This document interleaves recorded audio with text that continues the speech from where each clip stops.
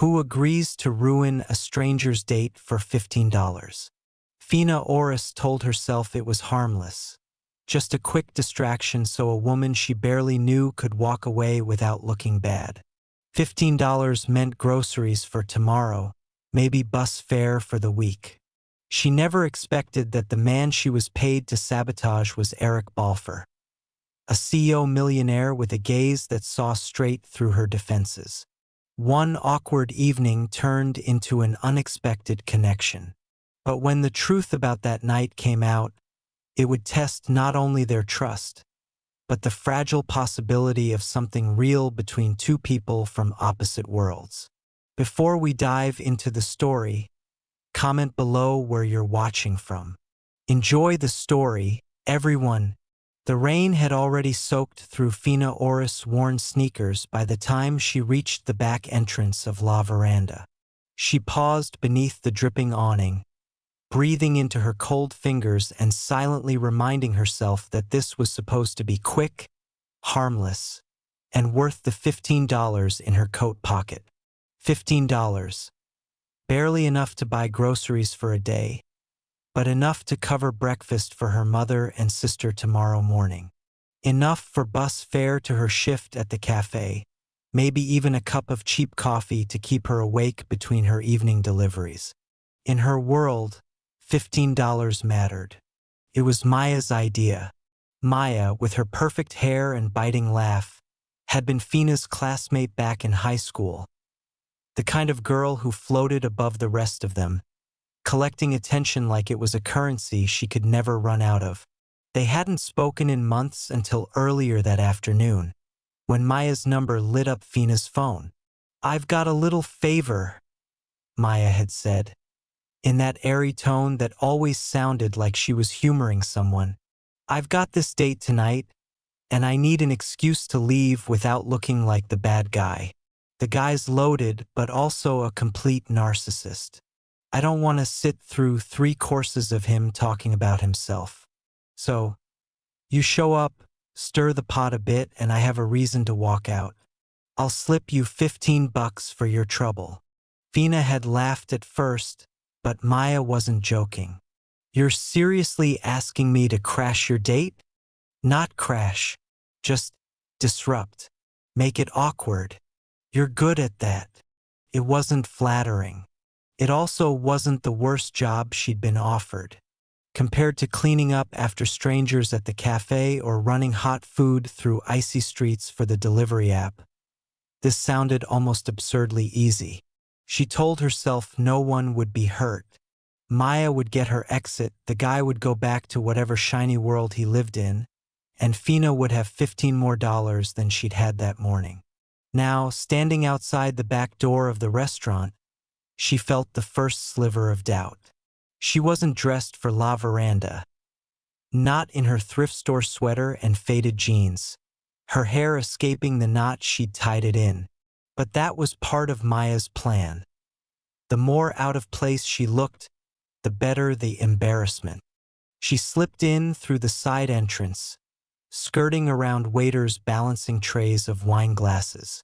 The soft hum of jazz and the low murmur of conversations spilled from the dining room. She spotted Maya almost immediately, sitting at a corner table with a man whose profile was all sharp lines and calm stillness.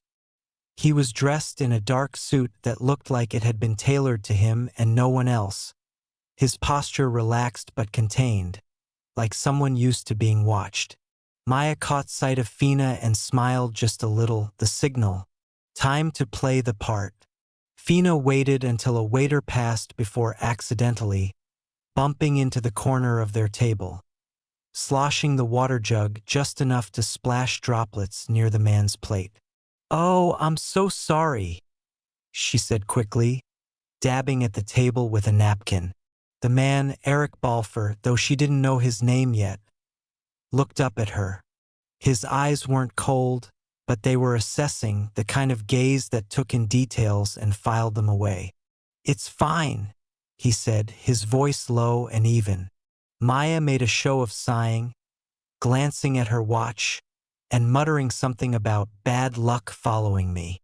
Fina moved to a nearby empty table, ordered a coffee she had no intention of drinking, and made a few light, unnecessary comments toward their table whenever the opportunity arose. She wasn't cruel, just intrusive enough to keep the conversation from finding a rhythm. After 10 minutes, Maya excused herself, leaning in toward Eric with a faux apologetic smile. "I'm sorry, this isn't working." And then she was gone, leaving behind half a glass of wine and a faint cloud of expensive perfume. Fina watched her go, relieved it was over, until Eric turned toward her table. "You look like you're waiting for someone," he said. She blinked. "Not really. Then maybe you'd consider joining me. I'd rather not finish this evening alone." Her first instinct was to refuse, to slip out before things got complicated. But something in his tone, not demanding, not wounded, just curious, made her hesitate. Against her better judgment, she moved to the empty seat across from him. They talked at first about nothing: the weather, the music, the absurdity of the dessert prices. She found herself laughing, and to her surprise, he did too. His smile was different from his composed expression earlier, warmer, less practiced. When the waiter cleared their plates, Eric reached into his jacket and pulled out his phone, setting it on the table between them. "I think," he said lightly, "it would be unfair if I let you leave without giving me a chance to return the favor of saving my evening. Coffee sometime?" "I didn't really save it," she said, half smiling. "Humor me," he replied, sliding the phone a little closer. She hesitated, then took it, typing in her number. When she handed it back, she tilted her head. "Fair's fair. Give me yours, in case I need to complain about the coffee." He dictated the digits, and she saved them under Eric Laveranda, the name feeling oddly solid in her phone. As they stood to leave, he helped her into her coat, a gesture so casual and uncalculated it caught her off guard. Outside, the rain had softened to a drizzle, the street lamps painting the wet pavement gold. "Good night, Fina," he said, as if he'd known her name for years instead of 20 minutes. She walked away, telling herself she wouldn't hear from him again. And yet, as she turned the corner, she realized she was still smiling. Fina didn't expect to hear from him. In her experience, conversations that started out of chance and curiosity tended to fade into nothing, especially when the two people involved lived in different worlds. She was used to moments that felt like they mattered, and then vanished by the next day. But the next morning, in between wiping down tables at the cafe and delivering a plate of pancakes to an elderly couple, her phone buzzed. "Eric Laveranda, you made it home without bumping into any more tables, I hope?" She stared at the screen for a beat, the corners of her mouth twitching upward before she could stop herself. Her thumbs hovered for a moment before she typed back, "I managed. No tables were harmed." The reply came almost instantly. "Coffee? This time without sabotage." She hesitated. $15 might have brought her to his table last night, but there was no reason to keep seeing him. No reason except the pull she felt, the way he'd looked at her like he was interested in the answer, not just the conversation. An hour later, she was sitting across from him at a small bakery 2 blocks from the cafe. The morning rush had died down, leaving the place warm and smelling faintly of cinnamon and fresh bread. Eric looked different in daylight, less polished, more human. The suit had been traded for a dark sweater and a jacket that still looked expensive but didn't scream for attention. "You work close by?" he asked after the first sip of his coffee. "Couple of streets over," she said. "You?" "A few more than a couple." He smirked faintly, leaving it at that. They talked about small things first. How the rain seemed endless this week, the best places to get bread that didn't taste like cardboard, the neighborhood's habit of decorating too early for the holidays. But the longer they talked, the more it shifted. She told him about her mother's bad knee, about her younger sister who still believed in magic despite everything. She didn't mention the $15 or Maya. She wasn't ready for that. He told her he ran a company, his voice careful, almost evasive. When she asked what kind, he said, "The kind that keeps you in meetings until you forget what month it is." It was said with a dry humor that made her laugh, but something in his tone made her wonder what he wasn't telling her. They lingered longer than either had planned. At one point, she glanced at the clock on the wall and realized she was 5 minutes late to her delivery shift. She scrambled for her bag, but Eric reached across the table, resting his hand over hers for just a second. "Let me walk you out," he said. Outside, the air was crisp, the clouds breaking just enough to let sunlight spill between the buildings. They paused at the corner where their paths split. "I'd like to see you again," he said. "Somewhere that isn't an accident." "You're assuming that wasn't an accident," she teased. "Was it?" Her smile was small but real. "Maybe not entirely." They exchanged a look that felt heavier than the words, then went their separate ways. Over the next week, their texts and brief calls became a thread in Fina's days. Something quiet but steady, like the hum of the cafe's old espresso machine. She didn't tell her mother about him, and she definitely didn't tell Maya. By Thursday, he asked her to meet him again. This time, it wasn't at a cafe. He sent an address and simply wrote, "Trust me." The building was older, brick with faded lettering above the door that suggested it had once been a factory. Inside, the air smelled faintly of turpentine and wood shavings. The space opened into a large, light-filled room scattered with easels, paintbrushes, and canvases in every stage of completion. "A community art studio," Eric said when she stepped inside, her eyes darting from one colorful piece to another. "Funded anonymously. No fees. People come here to breathe a little." She touched the edge of a half-finished canvas, her fingertips coming away with the faintest trace of blue paint. "And you brought me here why?" "Because you told me you used to paint," he said simply. Fina looked at him, caught between suspicion and a warmth she couldn't quite hide. "That was a long time ago. Then it's overdue." For the next hour, she stood at an easel, her hands finding their old rhythm almost without thinking. He stayed nearby but didn't hover, occasionally sipping coffee and watching her with the kind of focus that made her pulse flicker. When she finally set down the brush, there was color smeared across her fingers and a lightness in her chest she hadn't felt in months.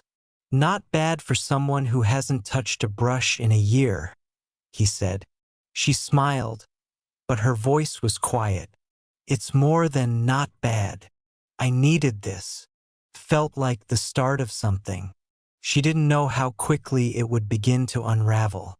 It happened on a Monday.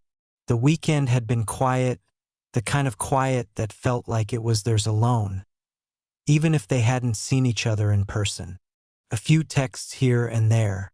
A short call where he'd asked about her delivery shifts and she'd laughed about the strange customers she'd met. Nothing grand, nothing dramatic, just easy. By mid-afternoon, Fina was halfway through stacking clean mugs on the cafe shelves when her phone buzzed again. She didn't check it right away. She had a delivery coming up and the manager hated when she got distracted. But when she finally glanced at the screen, her stomach tightened. It wasn't from Eric. It was a notification from one of those gossip news apps she never read but had never deleted. The headline was in bold, screaming for attention. Who is the mystery woman with Eric Balfour? Fina stared, her breath snagging. Beneath the headline was a blurry, zoomed-in photo, the two of them walking out of the art studio on Saturday, her scarf pulled up against the cold. His head tilted toward her like she'd just said something worth hearing. Her first thought wasn't even about herself.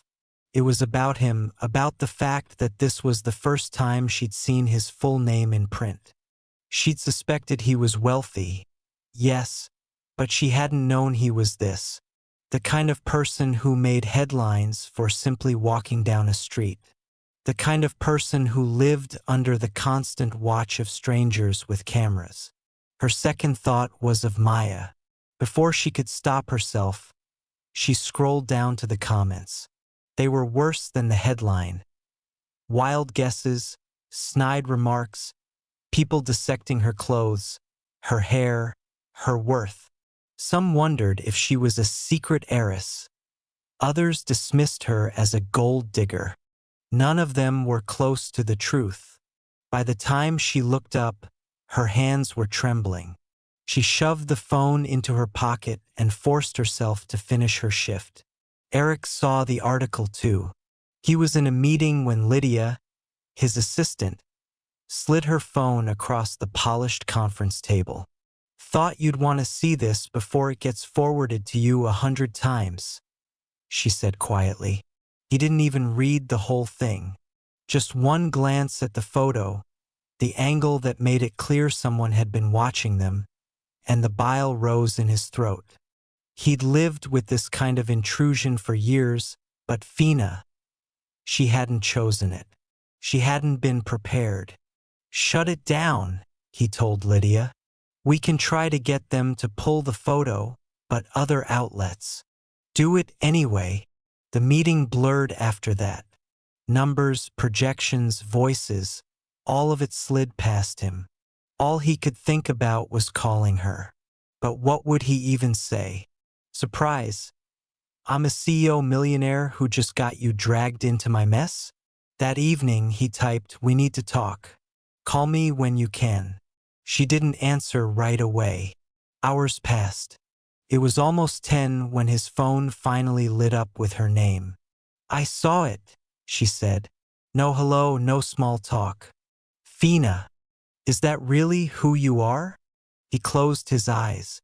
Yes, my name is Eric Balfour. I run Balfour Industries. Silence. He thought maybe she'd hung up, but then she spoke again. You could have told me. I didn't want that to be the first thing you knew about me. And yet it's the first thing the rest of the city knows. Her voice wasn't angry, not exactly. It was something heavier, something that felt like disappointment pressed into every word. Can we talk in person? He asked. I have an early shift. I'll meet you after. She didn't agree, but she didn't hang up either. The next day, he was outside the cafe when she stepped out, pulling her coat tighter around her.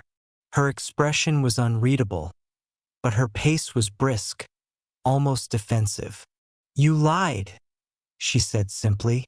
I omitted, he countered. There's a difference. Not to me. Did you think I wouldn't recognize your name eventually? Or did you assume I never read the news? I assumed, he said slowly, that if you knew from the start, you might treat me differently. And I didn't want that. She folded her arms, the cold air catching in her breath.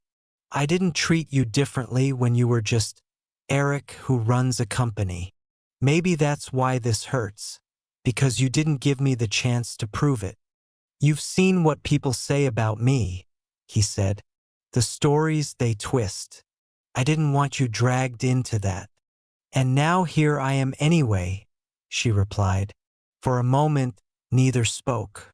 The city moved around them, cars hissing through the slush, a bus brake squealing at the corner.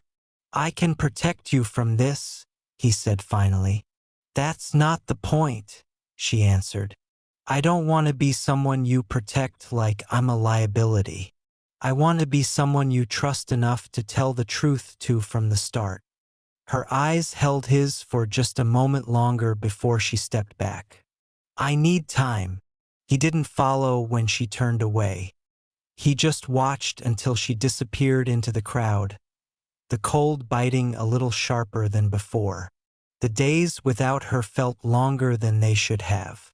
Eric had lived through worse silences, deals falling through, friends disappearing when fortunes shifted.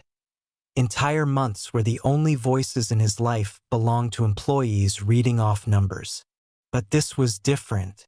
This was quiet in all the wrong places. On the fourth morning, without a single message from her, he stopped pretending he was waiting. If she wasn't going to reach out, he would. But he knew it couldn't be with another half-measure apology. She had told him exactly what she needed, truth, and the choice to be part of his world without him deciding for her.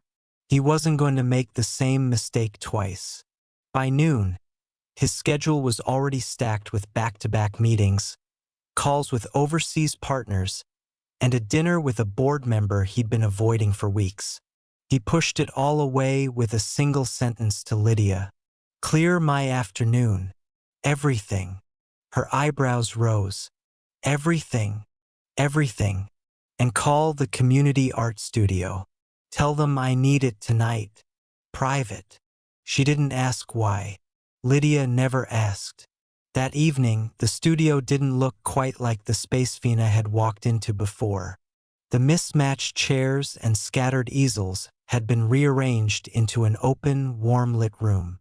Strings of bulbs hung across the ceiling, casting a soft glow over a row of blank canvases against one wall.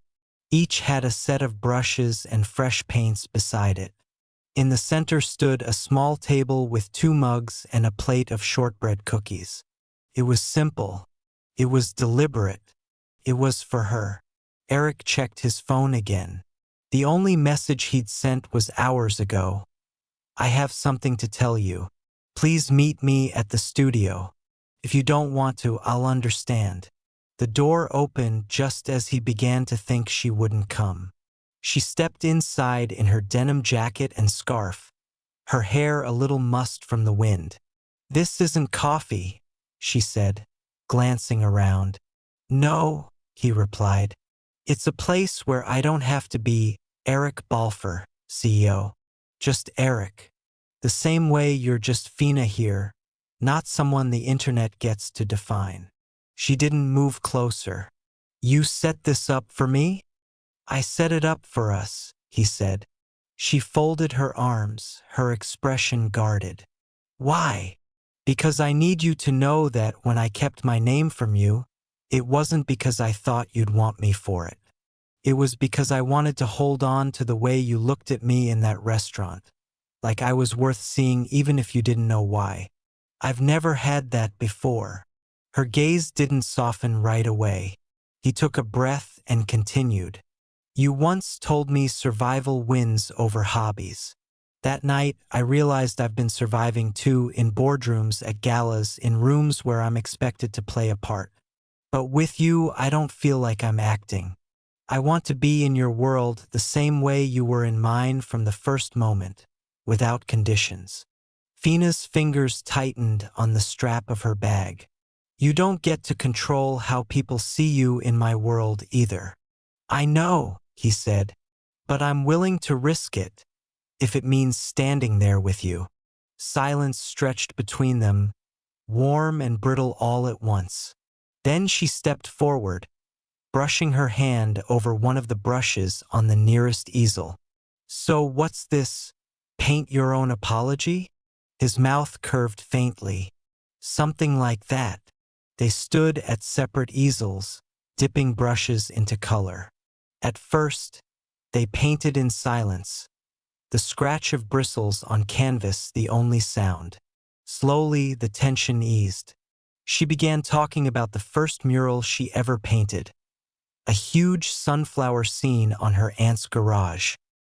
He told her about the one Saturday his father had spent teaching him to mix paints, insisting business and art weren't so different after all. When they stepped back, neither of their paintings looked like much, but both of them were smiling. "I still don't know if your world and mine can fit together," she said, setting her brush down. "Then let's build a new one," Eric replied. "One where no one gets to decide who belongs except us." For a moment, she didn't answer. Then she nodded just once. "I'm not promising forever. I'm promising today." "I'll take today," he said. They sat at the table, the mugs warm between their hands, the quiet between them softer now. When they finally stepped outside, snow had begun to fall, dusting the sidewalk in a thin white layer. They walked side by side until their hands brushed once, then again, and without looking at each other, their fingers laced together. It wasn't a perfect ending, but it was a start. The first days after that night in the studio felt different. It wasn't a grand transformation. They didn't suddenly start living in each other's pockets. And there were still silences, still moments where both seemed to be measuring how much to give. But something had shifted. Eric began appearing in places Fina didn't expect him. Once, he stopped by the cafe near the end of her shift, taking a seat in the corner booth while she finished wiping down tables. He didn't interrupt, didn't pull her away from her work, just sat with a book in hand, looking up every so often with the kind of smile that felt like a secret meant only for her. Another time, she spotted him at the street market she visited on her one day off. He was hopeless with the produce vendors, letting an elderly woman talk him into buying more tomatoes than any one man should need. She helped him carry them back to his car, laughing the entire way, the tension from their earlier weeks thinning just a little more. They didn't talk much about his world, not yet.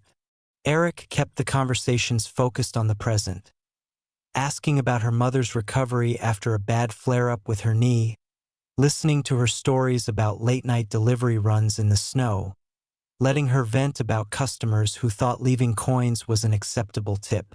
Fina, for her part, avoided asking too many questions about Balfour Industries. She wasn't ready to see that side of him, the part that lived under headlines and boardroom lights. She wanted to know the Eric who drank his coffee too hot, who still remembered the names of the people at the art studio, who could admit that he didn't know how to cook anything more complicated than scrambled eggs. One evening, after she'd finished a long double shift, she found him waiting outside the cafe. The wind was biting, the street lamps casting halos on the wet pavement. "You're freezing," he said, taking in her chapped hands. "You're observant," she shot back, but there was no edge in it. He pulled a scarf from his coat pocket and draped it around her neck before she could protest. "It's clean, I promise." They walked without much of a destination, their steps eventually leading to a quiet riverside park. The river was dark, reflecting the sparse city lights, and their breath hung in the air between them. "This place used to be packed in summer," she said, watching the water. "Families, music, kids chasing each other. Winter makes it lonely." "Not tonight," he said simply. She glanced at him then, her eyes catching on the earnestness in his expression. It wasn't a line and it wasn't calculated. He was just there, with her. It was easy to forget the gap between them when it was like this. "Eric," she began, hesitating. If someone asked you why you're here, why you keep showing up, what would you say?" He took a moment before answering. "Because you make me forget I'm supposed to be someone else all the time." Her chest tightened, and she looked away before he could see too much in her eyes. A few days later, that gap between their worlds pushed its way back in. It was small at first, a comment from one of his acquaintances when they ran into each other outside a bakery. The man looked Fina over and smiled in that way that wasn't quite kind. "Eric, you've been keeping this one a secret," She didn't know if the man meant anything by it, but the way Eric's jaw tensed told her he'd noticed. He brushed it off, changing the subject quickly, but the moment stayed with her. That night, lying in bed, she realized she was already in deeper than she'd planned. The $15 she'd earned from Maya felt like a relic from a different life, one that seemed further away with every step she took toward him. But she also knew something else. She couldn't keep that truth from him forever. And when she told him, she had no idea whether he would still be willing to stand in this in-between space with her. It happened on a Sunday afternoon, the kind of winter day where the sky felt too heavy for light to break through. Fina had been carrying it for days. The truth, the weight of that first night, the absurd little sum of money that had brought her to his table. She found him at the art studio. He'd texted earlier, saying he was dropping off supplies. The place was empty when she walked in, the smell of fresh paint clinging to the air. He was crouched by one of the easels, unpacking brushes. "Eric," she said, her voice catching enough to make him look up immediately. "Hey," he said, smiling. "Wasn't expecting. I need to tell you something." The smile faded, replaced by a quiet attentiveness that made it harder to speak. "That night at La Veranda, I didn't just happen to be there. Maya, the woman you were meeting, she paid me $15 to disrupt your date. Give her a reason to leave." The silence was heavy, broken only by the faint creak of the building's heating pipes. "So you were paid to sabotage your evening," she finished for him, her hands twisting together. "It was supposed to be nothing, just a stupid, harmless thing. And then you asked me to sit down, and—" She shook her head. "Everything that happened after was real. All of it.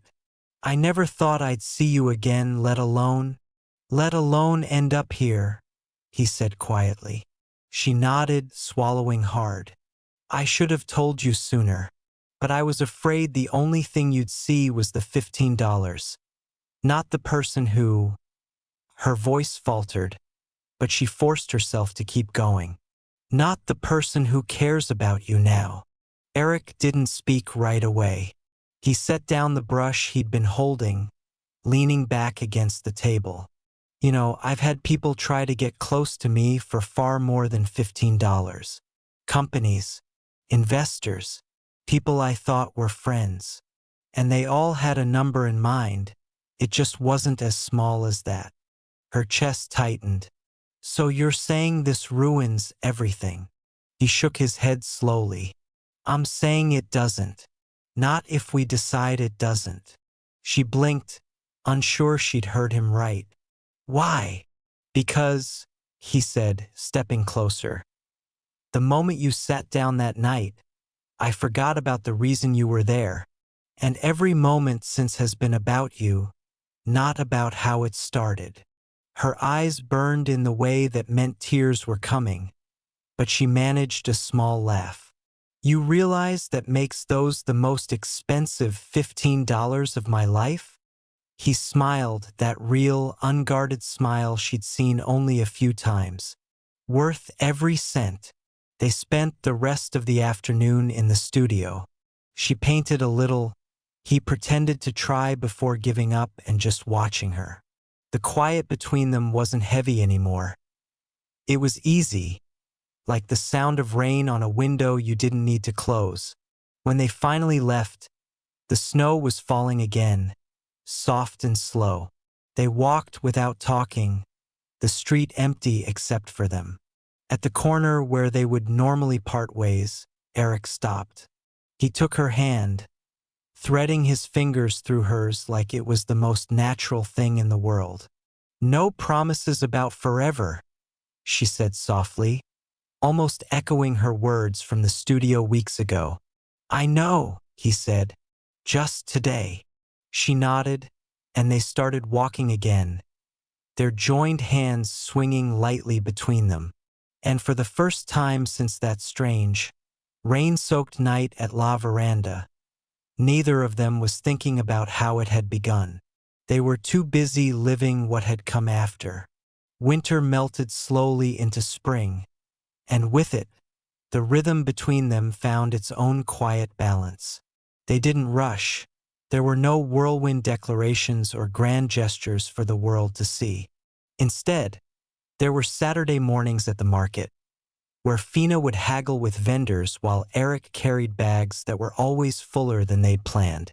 There were evenings when she brought takeout to his apartment, refusing to let him fuss over her in the gleaming kitchen he barely used.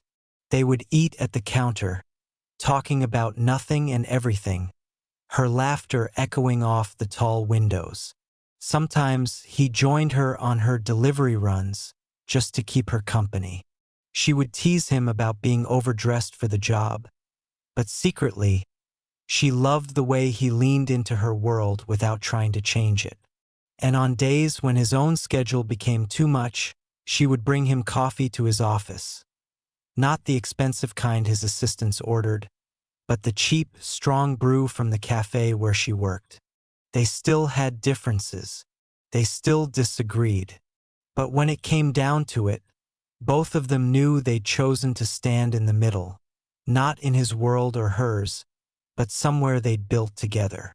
And sometimes, on quiet nights when the city outside was nothing more than a blur of lights, Fina would think about that first evening at La Veranda, the $15 in her pocket, and how it had somehow led her here.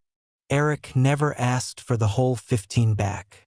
But once, months later, he did slip a folded 20 into her coat pocket with a note that read, "For our first date, I think I still owe you change." She never spent it,